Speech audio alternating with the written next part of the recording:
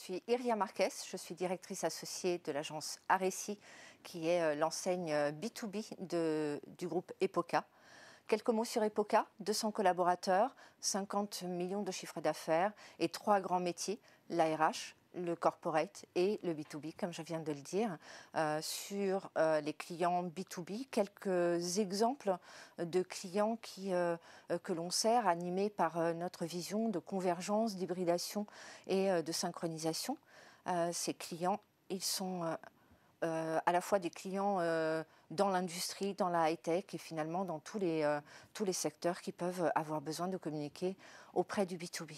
Et donc aujourd'hui, nous nous retrouvons pour parler de e-commerce et de B2B, ce qui peut paraître certainement surprenant pour certains d'entre vous. Un agenda ce matin extrêmement simple. Pourquoi passer au e-commerce? Comment passer au e-commerce?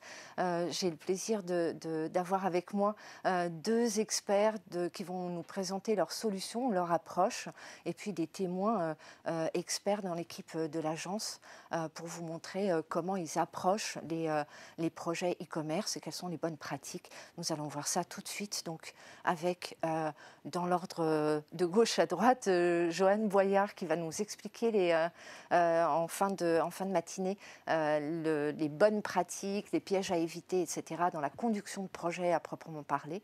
Nous aurons également, non pas Louis Patruneau, qui est notre client et notre témoin, mais qui a eu un empêchement de dernière minute, qui nous a prévenu hier soir et qui va être remplacé par Laure Gallian.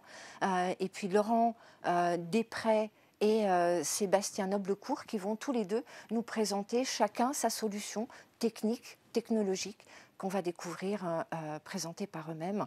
Et donc je commence par faire du e-commerce. Pourquoi ? Quand on est dans l'activité B2B. Il y a un seul chiffre qui doit à lui-même servir de réponse, c'est qu'aujourd'hui, le e-commerce B2B représente 2 fois plus de chiffre d'affaires que le e-commerce B2C. C'est évidemment un balayage d'une idée reçue assez généralisé, mais oui, aujourd'hui déjà, 2020, c'est un chiffre de 2020, le e-commerce B2B est 2 fois plus important que le B2C. Donc pourquoi commencer à faire du e-commerce B2B? Déjà pour ne pas prendre de retard, d'autant qu'on a aujourd'hui 2 grands facteurs accélérants. Évidemment, le Covid, en l'occurrence, est un facteur améliorant puisqu'il a dynamisé toute l'habitude, tout l'usage digital, et on le voit, tout le monde en fait l'expérience.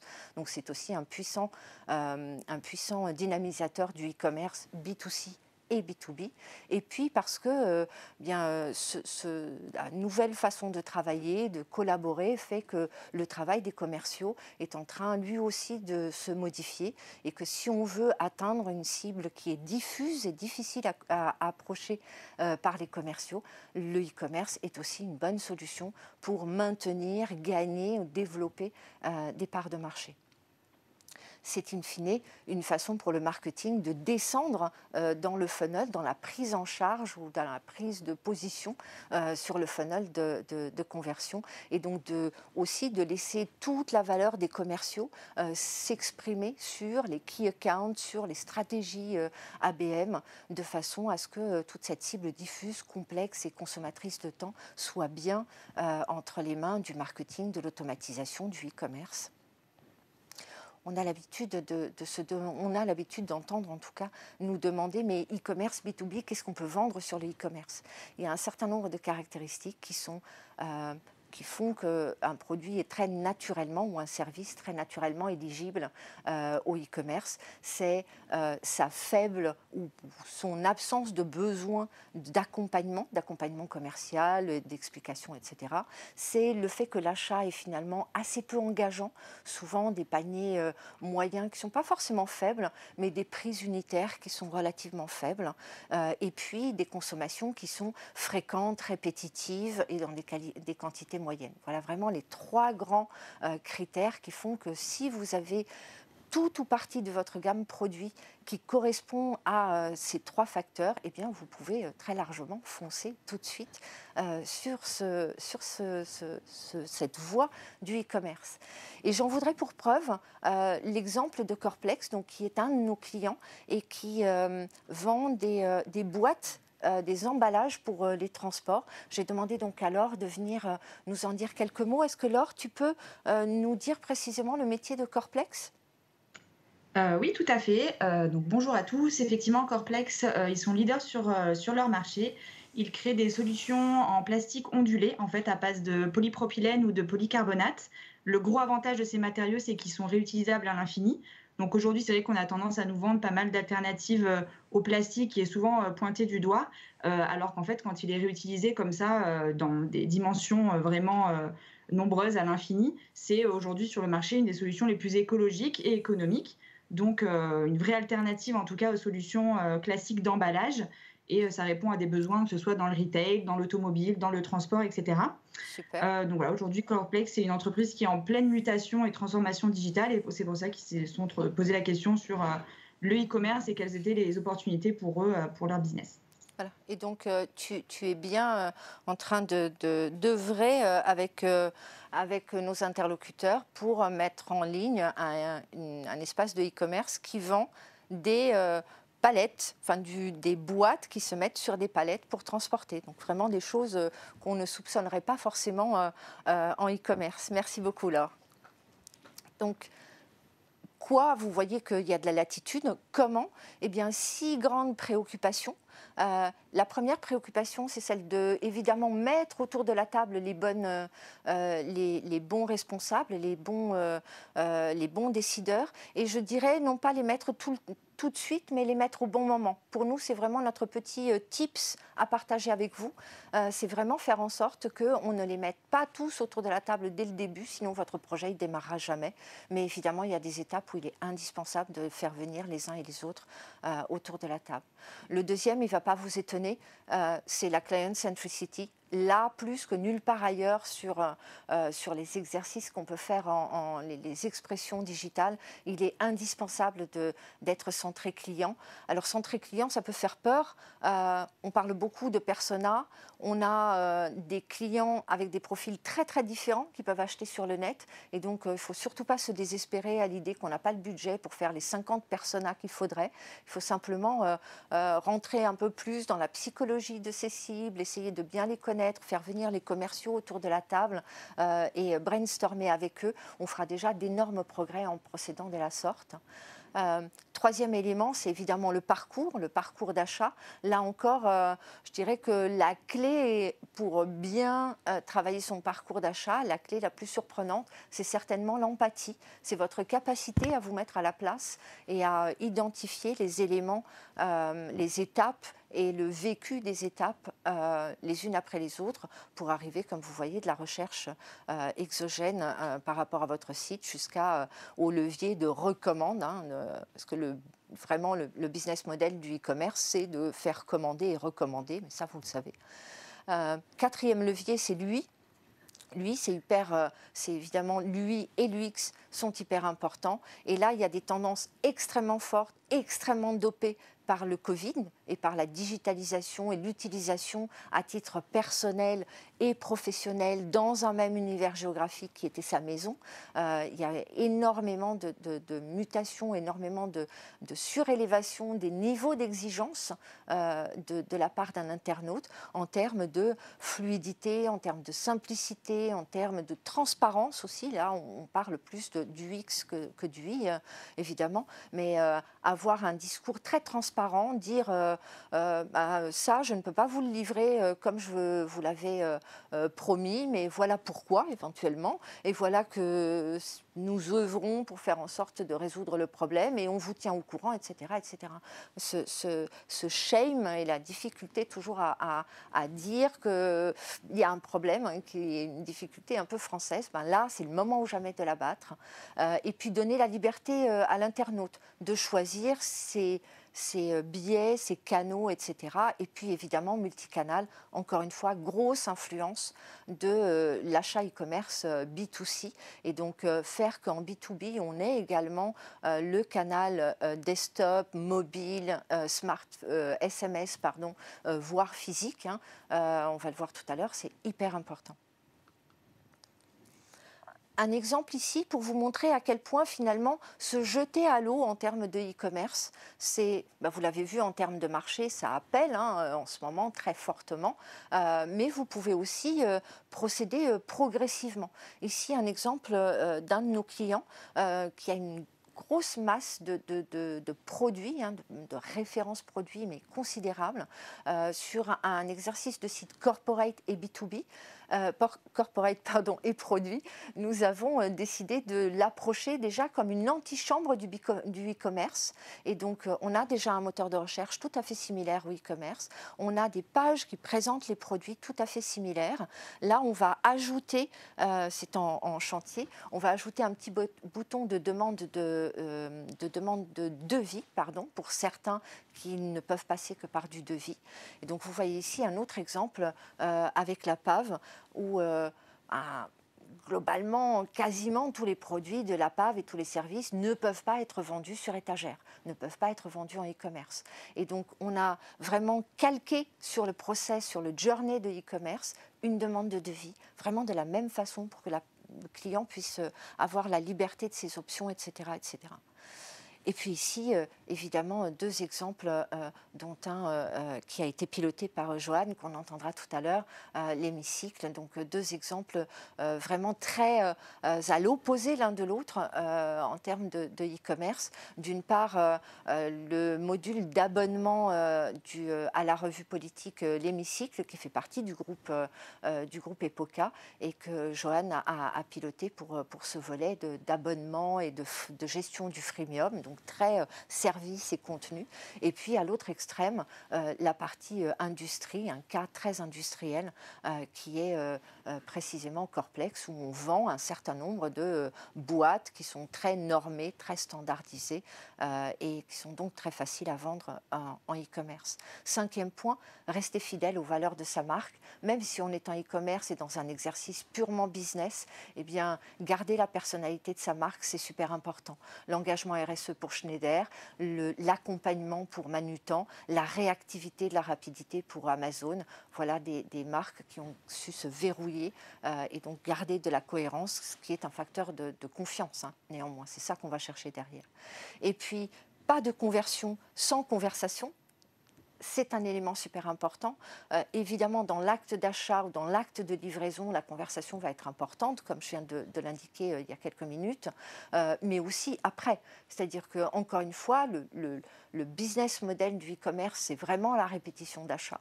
Et donc, c'est important, une fois l'achat fait, de rentrer dans cette conversation pour, happer de la donnée, happer de la connaissance client pour bien respecter cet impératif de client centricity et puis pour à la fois être dans la promotion mais aussi dans un marketing as a service qui permet d'aider le client à faire ses choix, à faire sa consommation du produit, à faire sa réception du produit, etc., etc.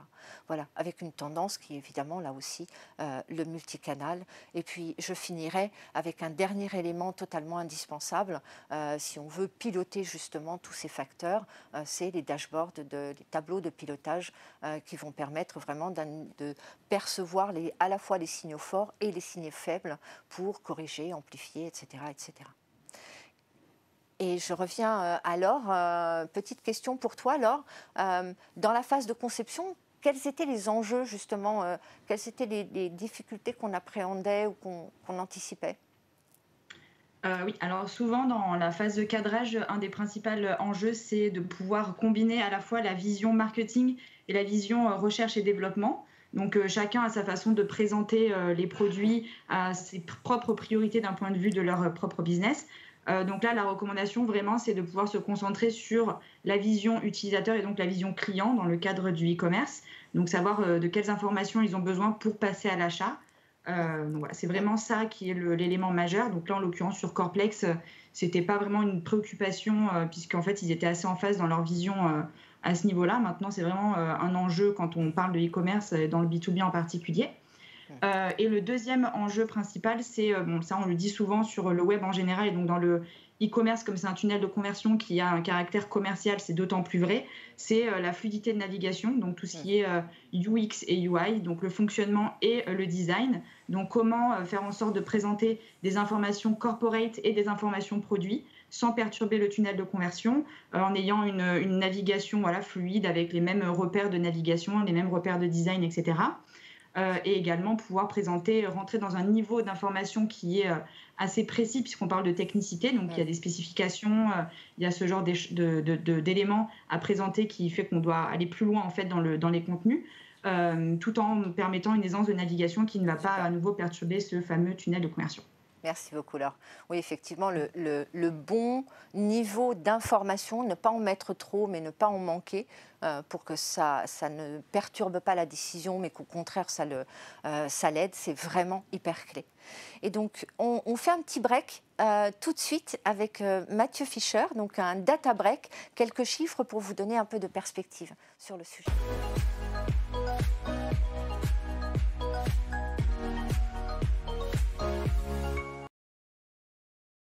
Bonjour à tous, je suis Mathieu Fischer, je travaille également chez Aressi et je suis le porteur ce matin des informations Data Break, donc quelques datas, quelques infos clés pour effectivement avoir en tête quelques repères et peut-être parfois changer quelques idées reçues. Le premier de ces chiffres clés, c'est 4%. 4%, c'est la part de chiffre d'affaires aujourd'hui qui est réalisée en e-commerce. Donc là, le chiffre parle de lui-même. Cette part, elle est encore faible. Il y a un potentiel de business qui est là manifestement très important. On va voir qu'il se confirme avec un autre chiffre qui est le chiffre de croissance dans un instant. Et pour vous donner un petit ordre de grandeur, par rapport au B2C, qui est un indicateur à prendre avec des pincettes, on est plutôt autour de 10-15% en termes de part de e-commerce en B2C versus le commerce de détail. Donc on voit bien que le B2B a un retard à rattraper et que le potentiel est bien là. Deuxième chiffre clé, c'est les 15%. 15%, c'est le taux de croissance, c'est le corollaire de ce que je disais à l'instant, une croissance de 15% aujourd'hui et peut-être même davantage. Et un point important, c'est que ces 15%, le Covid n'a fait que la crise du Covid, le confinement, a eu le même effet qu'en B2C, c'est-à-dire que cette croissance-là a tendance à s'accélérer. Troisième data, 17%. 17% des clients qui disent aujourd'hui ne pas avoir besoin d'un commercial pour acheter.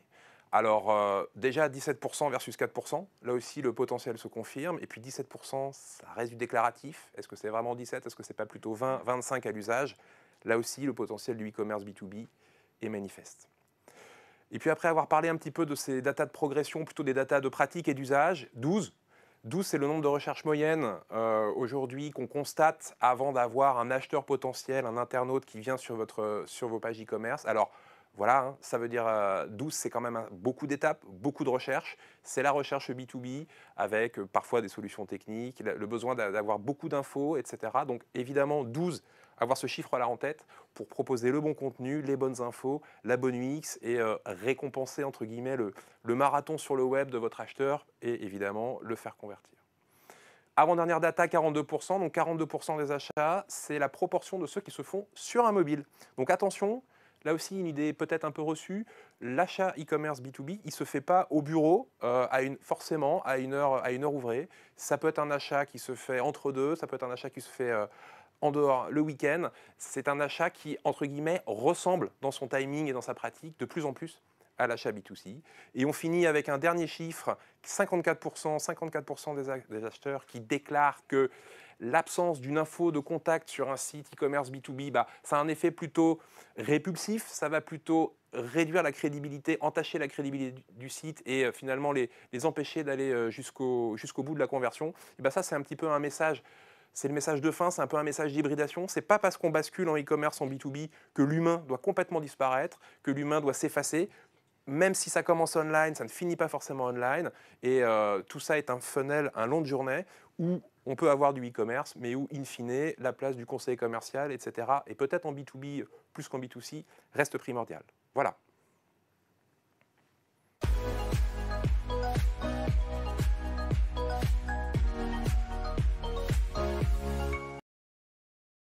Eh bien, nous reprenons le cours, merci Mathieu de ces quelques chiffres toujours éclairants. Nous reprenons le cours de notre présentation avec le grand sujet concernant la technique, c'est est-ce que je dois prendre une solution technologique qui existe et qu'on va adapter, qu'on va paramétrer, ou est-ce que je dois acheter, est-ce que je dois faire fabriquer de toutes pièces, faire développer, pardon, de toutes pièces une solution. Le vrai facteur de sélection de l'une ou l'autre des formules, il tient beaucoup à la culture de l'entreprise et je dirais même qu'il tient avant tout à la culture de l'entreprise. Est-ce qu'on a une entreprise très SaaS, très cloud, très plateforme, ou est-ce qu'on a une culture du développer pour soi-même, sur mesure, etc. Parce que souvent ces cultures sont extrêmement prégnantes et il sera très difficile, souvent très difficile, de bypasser ou de contredire ces cultures. Donc ma réponse c'est en fonction de la culture, mais néanmoins, il est super important on trouvait super important que vous découvriez les forces et les atouts de chacune des deux formules. Et donc, je donne à présent la parole à Laurent Després, qui est vice-président General Manager de Oro Europe, qui est une plateforme largement saluée, notamment récemment par IDC et par Gartner. Donc, Laurent, je te laisse nous présenter et puis je vais me permettre de piloter la présentation. Merci Ariel pour l'introduction. Bonjour à tous. Donc aujourd'hui, je vais vous présenter Oro. Si tu peux passer à la slide suivante, s'il te plaît. Oro est une société qui a 8 ans d'existence. Nous avons le siège est aux États-Unis, à Los Angeles, et le marché est piloté entre guillemets. Vous voyez, la moitié est en France, l'autre moitié était aux États-Unis. 8 ans d'existence. Pour être précis, le créateur d'Oro a commencé à Oro juste après la revente de sa précédente entreprise que vous connaissez plus dans l'e-commerce qui s'appelait Magento. Donc on a chez nous un savoir-faire et un savoir sur l'e-commerce. Tu peux passer à la slide suivante, s'il te plaît? Bon. Alors aujourd'hui, comme le disait, voilà, on a le Gartner et Gartner nous a reconnus aussi bien sur les solutions e-commerce. Et vous voyez ici, on a des solutions e-commerce, un B2C plus B2B, on est dedans. Il y a un autre rapport qui n'est pas présent là, mais qui est sorti la semaine dernière, qui nous met aussi dans les marketplaces. Ce qui est intéressant avec Oro, c'est que vous faites aussi bien du B2B, du B2C, de la franchise, de la marketplace, du B2B2C. Et c'est ça qui est intéressant, et on va en parler juste derrière, là, dans la slide suivante avec les clients. Un des points qui est intéressant dans le B2B, et qu'on a évoqué, c'est qu'il y a des belles marques qu'on connaît. Vous voyez là, on parle de Cdiscount Pro, on parle de Dunlop, de Trigano, c'est des marques que vous connaissez. Mais beaucoup de sociétés dans le B2B qui font des millions de chiffres d'affaires, vous et moi, on ne les connaît pas. Ce sont des noms qui sont inconnus, mais qui a un vrai potentiel, il y a un vrai marché là-dessus qui est très important et qui est en train d'évoluer. Parce que ces entreprises se renouvellent, se rajeunissent. Le Covid est un accélérateur, malheureusement, ne mentons pas, ne nous voit pas la face, mais dès 2015, il y avait un très bon article de Forrester qui disait la mort du commercial, qui en fait continuera toujours, il y aura toujours une valeur ajoutée, mais l'e-commerce et le B2B sont en train d'évoluer. Et ce que vous pouvez voir là de par les clients, c'est qu'il y a des grands, des petits, il n'y a pas de secteur d'activité, c'est tout le monde qui s'y met. Il n'y a rien. Mais le e-commerce, c'est avant tout aussi des façons de procéder différentes et des attentes différentes. C'est-à-dire qu'aujourd'hui, tout le monde ne verra pas le même catalogue chez son fournisseur. Tout le monde n'aura pas le même prix chez son fournisseur.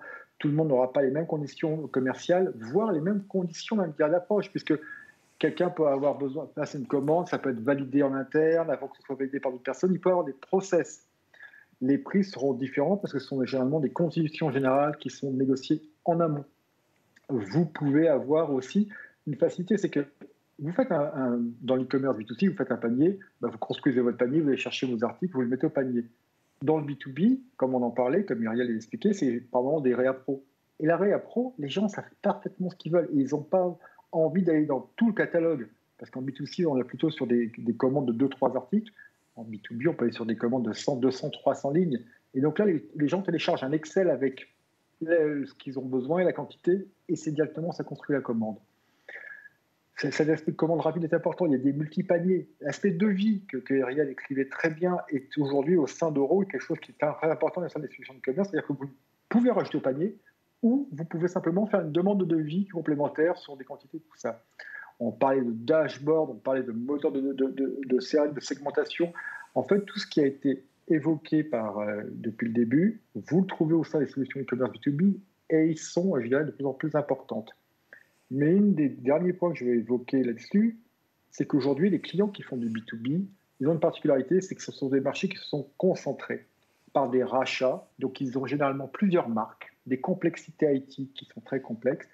Plusieurs marques, ils veulent faire du B2B, ils veulent faire du direct consumer, ils veulent faire du B2C. Et donc, vous pouvez avoir sur la même plateforme plusieurs sites web qui vont vous permettre de gérer ça. Toutes ces fonctionnalités sont très importantes et que vous fassiez de la solution ou du custom, pour défendre un petit peu les deux, parce que les deux sont importants, les deux sont une approche, c'est important d'avoir ces fonctionnalités-là qui sont vraiment nécessaires dans le B2B. Iria, s'il te plaît. Iria, Oui. slide suivante, s'il te plaît. Ah oui, voilà. Alors, j'essaye de tenir le rythme et d'arriver sur le sujet qui va permettre d'être intéressant, je dirais aussi, pour la suite, pour Sébastien. Est-ce que le custom dev versus une solution est intéressante? Ça dépend en fait aussi de votre approche, et c'est ce que disait Ria, c'est ce que Sébastien va vous expliquer aussi par la suite. Ça dépend de votre culture entreprise. Si nous, on le voit généralement chez Euro, dès qu'on a 99% du temps à faire à des services commerciaux, des CEO, qui ont une approche métier, moins IT, et donc ils veulent généralement aller vite. Le time to market avec une solution e-commerce est beaucoup, beaucoup plus rapide quand elle est tout faite, puisqu'il y a beaucoup moins de choses à faire. Donc ça permet d'accélérer les choses. Ça permet de se focuser vraiment sur ce qu'on a besoin de faire, d'être sur le métier et de ne pas devoir se concentrer sur l'IT qui est, selon les entreprises, un peu moins simple à gérer. C'est une intégration native au sein des SI avec un ensemble de connectiques qui vont permettre d'aller chercher de l'information dans les différents SI et de garder les référentiels où ils sont, de ne pas dupliquer, de ne pas réinventer la roue à chaque fois, ce qui serait inutile, mais surtout de pouvoir se concentrer sur ce métier. Et les deux derniers points que je vais ajouter qui sont vraiment liés au monde des éditeurs, c'est que quand vous prenez un éditeur avec une solution, effectivement, vous allez plus vite, effectivement, vous avez la partie infogérance qui est là, effectivement, c'est tout ça, mais aussi, vous avez des équipes dédiées qui sont là juste pour améliorer le produit, pour faire évoluer le produit. Et nous, on a chez nous, on va dire, cette évolution de produit vient de deux parties. La première vient tout simplement, on travaille beaucoup avec Gartner, avec Forbes, pour voir les nouvelles tendances, pour les écouter avec eux. Mais aussi, on a dans nos équipes un Customer Success Manager qui discute avec tous nos clients, qui discute avec tous nos partenaires, qui voit ce qui va, voir les tendances qu'ils auraient envie, de voir ce qui ne va pas, pour faire évoluer le produit. Et cette R&D-là n'est pas à être supportée par les clients, mais c'est nous qui le supportons. Et le dernier point, mais comme on a une équipe d'une cinquantaine de personnes qui sont dédiées au produit, mais vraiment dédiées au produit à le faire évoluer, c'est beaucoup plus simple puisque on a une équipe, on a un savoir qui est partagé par ces personnes. Si, malheureusement, nous ne montons pas dans le digital et dans l'IT, il y a un turnover, comme partout. Mais comme on a une équipe importante et dédiée, on n'a pas besoin d'avoir un maintien de compétences qui serait aussi compliqué, voire plus dangereux que d'une petite équipe ou que du custom. Donc ma réponse, je dis bien ma réponse à moi, est non. Et je suis sûr, Sébastien, que tu vas pouvoir donner une réponse complètement posée, mais qui va permettre à toutes les personnes qui suivent de se faire un avis par eux-mêmes. Merci Laurent. Et donc, comme tu le dis, on va donner la parole à Sébastien qui va venir nous présenter la solution Build, qui consiste à monter sur mesure. Donc Sébastien Noblecourt du studio Caramia qui fait nos réalisations, bien sûr. Et je te laisse prendre la parole et avancer. Merci. Effectivement, merci Laurent. C'est un débat, le Build and Buy qui dépend quand même beaucoup, avant tout des problématiques d'urbanisation qu'on constate lorsqu'on intervient dans différents groupes. De notre point de vue, donc je suis fondateur du studio Caramia. On est créé depuis 2005 et on intervient principalement dans les audits techniques, dans les problématiques d'urbanisation, notamment justement lorsqu'il y a des plateformes qui se créent, que ce soit pour du B2C ou pour du B2B. Et effectivement, on constate un certain nombre de points qui vont parfois un petit peu à l'encontre des solutions sur étagère et qui complexifient leur mise en place au sein des différentes structures. Qu'est-ce qu'on observe ? Il y a un certain nombre de constats. On observe que à l'heure actuelle, il y a une multiplication assez importante des couches applicatives dans les grands groupes. Ça crée des problèmes de duplication et de récurrence des données. Ça crée des problèmes aussi de mutualisation au niveau des traitements, à savoir que les traitements et les données sont souvent exploités par une seule couche applicative et que donc on a un problème d'efficience au niveau des développements qui sont réalisés. Souvent, le même type de développement peut être réalisé par 2-3 équipes successives au fur et à mesure de la mise en place des différentes couches applicatives. On a aussi des problématiques de centralisation du SSO, puisque les différentes couches applicatives au sein des systèmes d'information nécessitent d'avoir une gestion des procédures sur les utilisateurs qui vont arriver, qui vont partir dans les systèmes d'information. Donc on va avoir une problématique au niveau de la gestion, souvent non centralisée des SSO. Et puis on a la capacité d'intégration des nouvelles couches applicatives, leur capacité à être remplacées rapidement et puis à exposer toutes sortes de données vers l'extérieur ou d'aller au contraire mutualiser leur récupération. Par rapport à ça, la question, Laurent, de notre point de vue, c'était surtout pas de savoir s'il fallait complètement construire sur mesure ou s'il fallait acheter ou louer une solution sur étagère, mais bien plutôt comment est-ce qu'on peut arriver à exploiter à la fois la force des solutions sur étagère et à la fois respecter la culture d'entreprise et l'urbanisation des systèmes d'information, qui est quand même un des sujets majeurs qu'on rencontre dans les différents clients qu'on peut accompagner. Nous, on porte plutôt une solution d'agrégation des différentes solutions au sein d'API Manager, puisque un API Manager, ça va être une couche applicative qui va permettre de mutualiser un petit peu les récupérations au sein de d'autres API exposés ou pas, et donc de pouvoir mieux formater les données, mieux notifier les couches applicatives et surtout augmenter une supervision, puisqu'on en a parlé tout à l'heure par le biais des dashboards, plutôt pour la partie marketing, mais d'un point de vue technique, on a aussi besoin beaucoup de superviser. Et donc du coup, notre proposition, c'est plutôt d'arriver au sein des systèmes d'information pour pouvoir mettre en place une couche applicative qui va agréger à la fois les données, à la fois les traitements. Ça, c'est une priorité d'efficience, puisqu'on sait que c'est quand même des développements souvent qui sont coûteux. Et puis bien sûr de pouvoir prioriser les flux, puisqu'on va pas avoir les mêmes problématiques au niveau des flux de transactions que des flux de gestion de stock, que des flux pareil qui pourraient concerner plutôt du devis.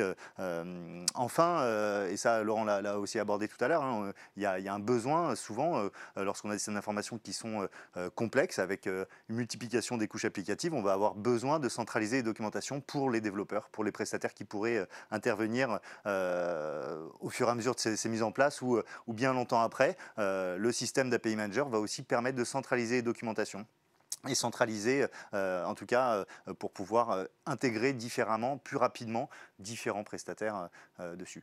Enfin, il y a une capacité à superviser de façon beaucoup plus global, et le rôle de l'API Manager là-dedans, ça va être de pouvoir récupérer, d'agréger les données de supervision afin de pouvoir après notifier ou les équipes marketing ou les équipes techniques des différentes problématiques qu'on va pouvoir rencontrer. Donc vous l'avez compris, pour nous la question c'est pas tant de savoir s'il faut faire réellement du buy ou du build.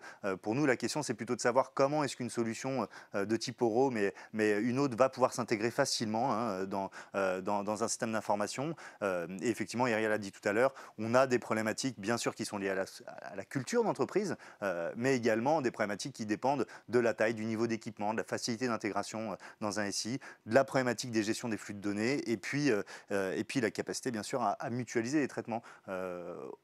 On a eu toute une période sur laquelle il y a eu une refonte régulière, toutes les 2-3 ans, des couches applicatives, souvent aussi quand elles étaient prises sur étagère, puisqu'elles permettaient d'être remplacées facilement, puisqu'elles étaient en location.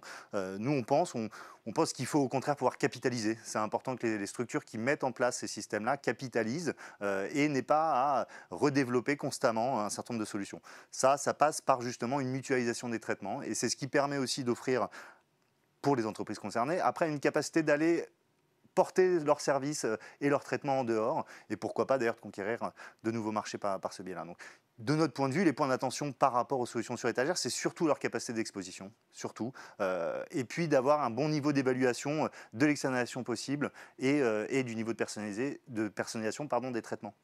Donc, pourquoi pas la solution sur étagère, encore plus quand elle se contente d'être un terminal qui met en avant le système d'information qu'il y a derrière. pourquoi pas après de faire du custom dev dessus aussi. Ça, effectivement, ça va dépendre un petit peu des équipes et puis des accompagnements qui peuvent être réalisés par des structures comme RSI ou Epoca. Mais en tout cas, il faut absolument vous concentrer de notre point de vue sur la mutualisation des traitements, des données et sur la capacité dans votre système d'information à pouvoir mettre tout ça en relation le plus facilement possible, remplacer une couche applicative facilement et ça passe de notre point de vue effectivement par ce type d'outils que sont les API managers. Voilà. Merci. Merci Sébastien. Génial. Donc vous venez de voir deux cultures, deux natures de solutions. Néanmoins, il reste dans l'un et l'autre des cas ces deux dimensions hyper importantes qui sont, je dirais, pour Sébastien, utiliser un langage très banal, très humain, très quotidien, la couche qui est derrière et qui est essentiellement de la data. C'est là où finalement il y a un exercice le plus structurant et le plus important pour structurer la data et mettre en solution logicielle finalement. Et puis la partie front finalement qui est l'expérience qu'on va proposer à l'utilisateur, les deux étant évidemment totalement imbriqués, mais étant des préoccupations tout aussi importantes l'une que l'autre.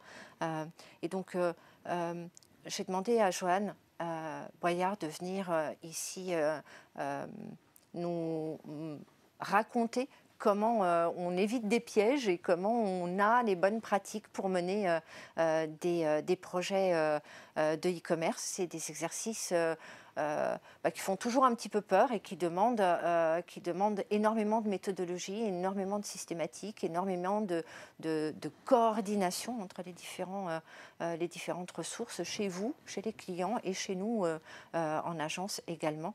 Et donc, Johan, je te laisse le micro, mais aussi la zapette. Merci Yaya. Donc, bonjour à tous, je suis Johan Boyard, je suis producteur digital à l'agence Epoca. Aujourd'hui, je vais vous parler plus globalement de quelque chose qui n'est pas forcément lié au e-commerce, mais la conduite de projet digital.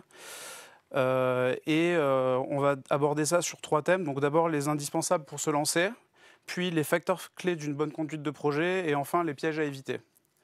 Donc les indispensables pour se lancer, comme vous pouvez le voir dans la slide, c'est connaître d'abord tous les intervenants possibles d'un projet digital. Donc ceux qui font partie du cœur d'expertise interne, donc que ce soit le DC digital, donc le directeur de création digitale, les DA, les directeurs artistiques, les UX designers, le directeur de prod digital et bien sûr le chef de projet digital. En interne, au sein d'une agence, que ce soit de communication ou d'une agence digitale, les directeurs conseils et les chefs de projet, qui sont l'interface entre le client et le pôle digital. En externe, donc chez le client, on aura donc les donneurs d'ordre, qui peuvent être selon le périmètre les DRH, les directeurs com ou les DG directement. Les responsables de pôle, les chefs de projet, les intervenants qui peuvent être affiliés au client, donc ça peut être les prestataires, et surtout la DSI qui est souvent un interlocuteur privilégié des agences de communication, surtout dans la partie digitale. Et bien sûr, du côté prestataire et des partenaires, les directeurs techniques, les développeurs front et back, et les commerciaux et les chefs de projet. Ce qui est très important de savoir quand on est le point central d'un projet digital, donc quand on est directeur de prod digital ou quand on est producteur digital, c'est qu'il faut rester le point entrant de toutes les demandes des intervenants pour avoir une vue globale du projet et être valeur de support de ces intervenants pour les accompagner. Le point suivant, c'est de connaître ou de savoir identifier la problématique client. Ça passe d'abord par entendre ce dont le client a besoin et recueillir son point de vue. Le challenger si le périmètre technique et créatif est sur ou sous-évalué par rapport aux besoins exprimés. Et bien entendu, faire valider ce recueil de besoins, que ce soit dans un cahier des charges ou dans des notes. Ensuite, connaître la problématique d'usage et de métier. Donc, c'est identifier l'usage du projet. Donc, par exemple, si le client il a besoin d'une plateforme de ressources pour ses commerciaux. Identifier les problématiques métiers qui sont liées à cet usage. Donc, par exemple, mettre en place un back-office facile à utiliser par un utilisateur lambda et mettre en place des formulaires à disposition des commerciaux pour qu'ils puissent donner leurs remarques sur les ressources et remonter des problèmes. Et enfin, il faut connaître la problématique technique. Donc ça, c'est ça passe par définir un cahier des charges global basé sur ces problématiques précédentes dont on a parlé. Par exemple, trouver la solution de la technique la plus adaptée à cet usage et au métier et l'exposer clairement à destination de toutes les parties prenantes du projet. Et enfin, il faut savoir identifier sur ces éléments la technologie employée, le processus de développement et donc logiquement le prestataire qui va développer cette technologie. Ensuite, on va passer donc aux facteurs clés d'une bonne conduite de projet. Donc, ça passe par savoir identifier les points saillants du projet. Donc, souvent, c'est des gros enjeux de création, donc de l'intégration d'animation, un grand nombre de templates, etc.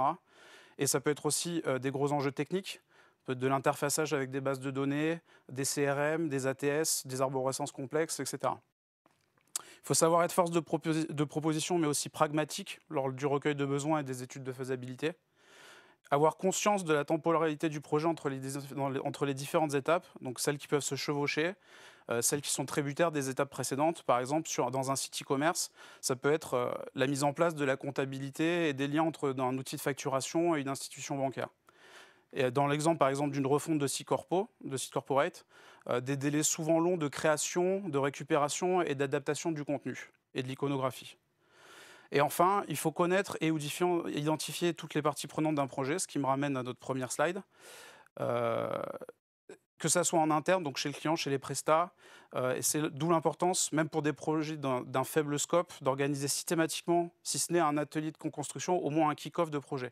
Ça aura l'avantage d'établir une liste des expertises nécessaires sur ce projet, d'organiser mentalement les étapes du projet et les personnes concernées, impliquer dès le départ les parties prenantes et être réactif et de rendre réactif surtout les parties prenantes à chaque milestone ou à chaque étape du projet. Et enfin, dernière slide, donc les pièges à éviter. Pour moi, le premier piège à éviter, c'est le micro-planning, ce que j'appelle le micro-planning lors de la réponse à un appel d'offres ou lors d'un projet à scope large, c'est-à-dire proposer des plannings à la date et pas sur des périodes plus longues comme des semaines ou des mois. Parce que ça peut impliquer de la déception du côté du client, surtout chez les donneurs d'ordre qui ne sont pas forcément impliqués sur toute la largeur du projet, toute la largeur du scope, qui ne pourraient pas comprendre des retards engendrés, même si ce retard est la résultante d'un non-respect du planning de livraison d'éléments. Ça peut impliquer aussi des problématiques de planning côté prestataire ou du pôle de développement dans le cadre d'un développement interne. Parce que souvent un projet de site ou de projet digital, il implique souvent du travail à flux tendu côté développement. Ça en résulte des plannings chargés et souvent définis à l'avance, des semaines et des mois à l'avance. Donc s'engager sur une date précise de lancement du développement est idéal dans le cadre d'un projet dont le développement débute à au moins un mois, donc à M+1, quand c'est des fois à M+3. Il vaut mieux s'engager donc sur une période, en semaine, plutôt que sur une date. Alors ces remarques, elles s'appliquent sur des projets longs. Pour les projets courts, type des projets événementiels de landing page avec des impératifs très précis, effectivement, on peut passer par du micro-planning. Pour poursuivre ce sujet, il ne faut jamais indiquer de date dans un cahier des charges techniques et fonctionnelles voué à être signé par les parties, ni dans un devis, à part bien sûr dans le cadre de landing page ou de projets d'événementiel. Selon les conditions générales d'achat du client, on pourrait avoir des soucis au moment de la livraison des livrables du coup. Toujours notifier le délai de garantie d'un site. Par exemple, dans le cadre d'un site dont le go live n'a jamais été donné, si on ne le précise pas, on pourrait être amené à régler les frais de remise en prod et de pré-prod, normalement déjà réglés initialement dans le cadre de ce projet. Dans le cadre d'un site déjà en ligne, on pourrait avoir à occuper la maintenance gratuitement si un bug fonctionnel se déclarait. Enfin, je passe à la partie prestataire. Ne jamais tester un prestataire sur un gros projet en jeu, souvent très technique et avec un budget conséquent. Et à l'inverse, ne jamais tester un prestataire sur un projet très court avec des impératifs de deadline. L'idéal, c'est toujours de tester un prestataire sur un projet interne, par exemple, ou sur un projet d'envergure moyenne avec des enjeux non capitaux. Enfin, toujours tout faire signer, que ce soit côté client comme côté prestataire, particulièrement les maquettes et les cahiers des charges techniques et fonctionnels. Ça protège aussi bien des changements de scope non prévus côté interne ou prestat que ça sur la conformité graphique et fonctionnelle du côté du client.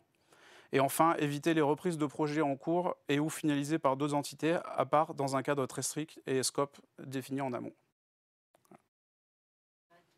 Parfait. Merci beaucoup.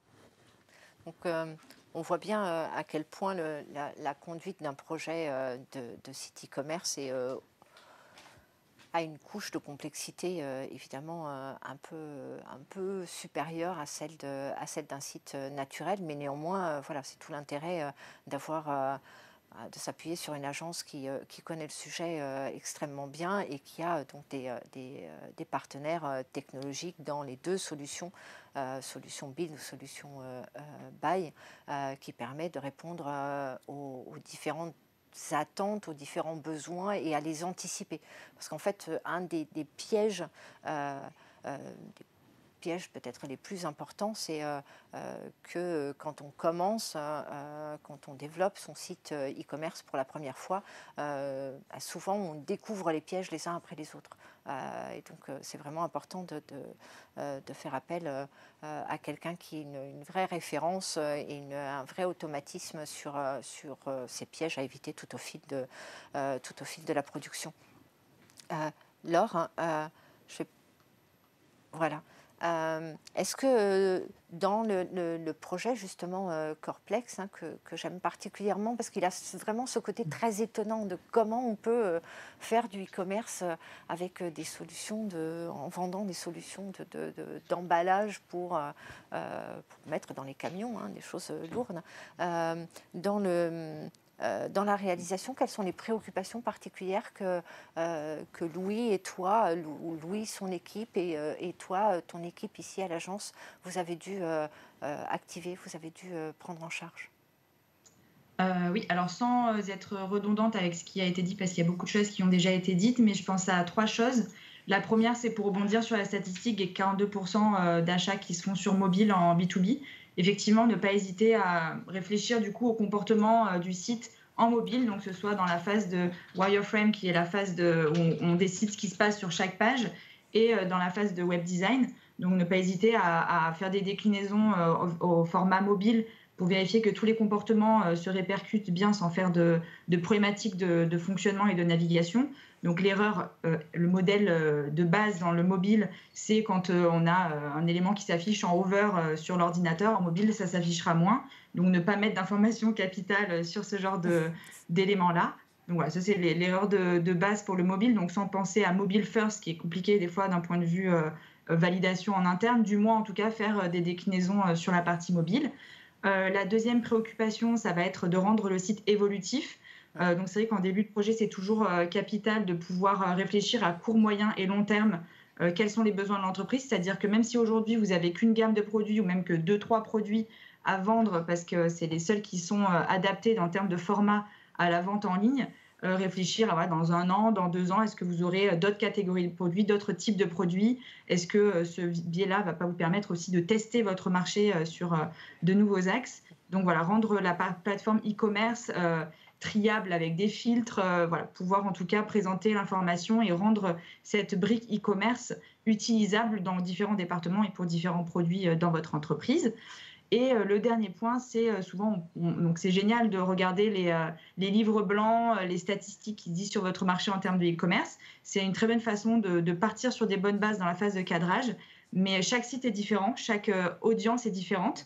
Donc c'est capital d'avoir des métriques sur votre site, de tester, d'utiliser des outils d'A/B testing, d'utiliser des outils comme Google Analytics ou Hotjar, etc., qui vont venir traquer les utilisateurs pour voir quels sont leurs comportements. Donc là, vous allez vraiment avoir une connaissance, en tout cas, de votre cible à vous, qui va forcément avoir quelques écarts avec la théorie, finalement. Donc c'est à partir de ça que vous allez pouvoir optimiser votre site et donc le tunnel de conversion, pouvoir vraiment tirer des conclusions de votre expérience e-commerce dans le B2B pour vous-même. Merci beaucoup, Laure. Et tu disais tout à l'heure qu'il faut se méfier de la façon de présenter ces produits. Faire bien en sorte que la segmentation qu'on fait de son offre, ce soit la segmentation telle que la cible est capable de l'appréhender et pas telle que l'organisation de l'entreprise en interne l'a structurée. Il y a une structuration de produit pour l'interne et il y en a une autre pour le client et parfois elle n'est pas la même. Elle est souvent la même, mais pas toujours. C'est possible aussi en début de projet de faire des sondages auprès de votre base, puisque quand on lance du e-commerce, on a peut-être déjà une expérience et une base de données clients. Donc, c'est peut-être l'occasion de prendre contact avec vos clients et de demander quels sont leurs besoins, voilà, de faire remonter des informations de la part des commerciaux, mais aussi de voir quels sont leurs besoins de manière concrète pour cadrer le projet de la meilleure des manières et s'assurer que votre site soit optimisé au lancement. Génial. Merci beaucoup. C'est un site vraiment étonnant qui s'apprête à être lancé avec Coreplex. Donc, merci Laure. Quelques mots à présent pour garder une mémoire ou garder un souvenir de cette réunion de ce matin. Quelques takeaways que j'aimerais que vous gardiez à l'esprit. Le premier, vous l'avez vu, c'est que les sites e-commerce sont adaptés à beaucoup plus de produits qu'on ne le pense et qu'ils représentent surtout un marché mais absolument considérable. Il y a des parts de marché importantes à prendre et j'aime pas trop la posture alarmiste, mais la réalité, c'est qu'il faut prendre ses positions. Il faut prendre des positions sur le e-commerce parce que on voit bien que c'est une tendance extrêmement lourde. Je pense que, comme disait Laurent, les commerciaux, ils vont continuer à vivre et à faire leur job et à avoir du job à faire. Mais néanmoins, le e-commerce va prendre une position croissante. Et donc, il faut prendre des positions dès à présent. C'est une course de vitesse. Pour nous, c'est vraiment une course de vitesse. Évidemment, dans les 4 leviers, les 4 leviers importants à garder en tête, la connaissance client, le parcours client, la personnalisation et l'expérience de navigation à proprement parler. Avec vraiment ce réflexe d'aller chercher de la donnée pour personnaliser, faire que la personnalisation permette à son tour de remonter de la donnée. Il y a une espèce de cercle vertueux qui demande du dev, qui demande de la pensée stratégique, mais qui peut faire que votre site devienne, je ne vais pas dire auto-apprenant, mais qu'il aille dans ce sens-là. Et pour ça, une des clés, c'est évidemment d'avoir des tableaux de reporting et puis choisir la bonne solution. Vous l'avez vu, il y a plein de solutions sur le marché, elles sont dans des écoles différentes et elles vont plus ou moins à une culture, à la vôtre, à celle de votre entreprise, et c'est ça qui est important. Et puis, ne pas oublier, même si la focale de l'e-commerce, c'est vraiment de faire qu'on aille jusqu'au panier rempli, jusqu'au panier validé, jusqu'au paiement, il y a tout un travail de fidélisation qui, dans la logique marketing, est souvent mise en second plan et qui là doit devenir votre première préoccupation, c'est faire qu'il y ait de la commande et de la recommande, etc.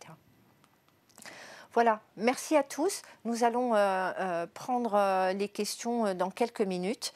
Et en attendant, je vous invite à aller sur notre site d'événementiel, events.enterprise, pour venir y découvrir les prochaines dates, les prochains événements que vous pourrez retrouver ici au studio ou dans d'autres formules et dans d'autres lieux signés et animés par Areci ou par Epoca. Vous êtes les bienvenus. L'inscription se fait très aisément. Et puis, nous allons reprendre maintenant les séquences de questions avec vous tous. Merci beaucoup.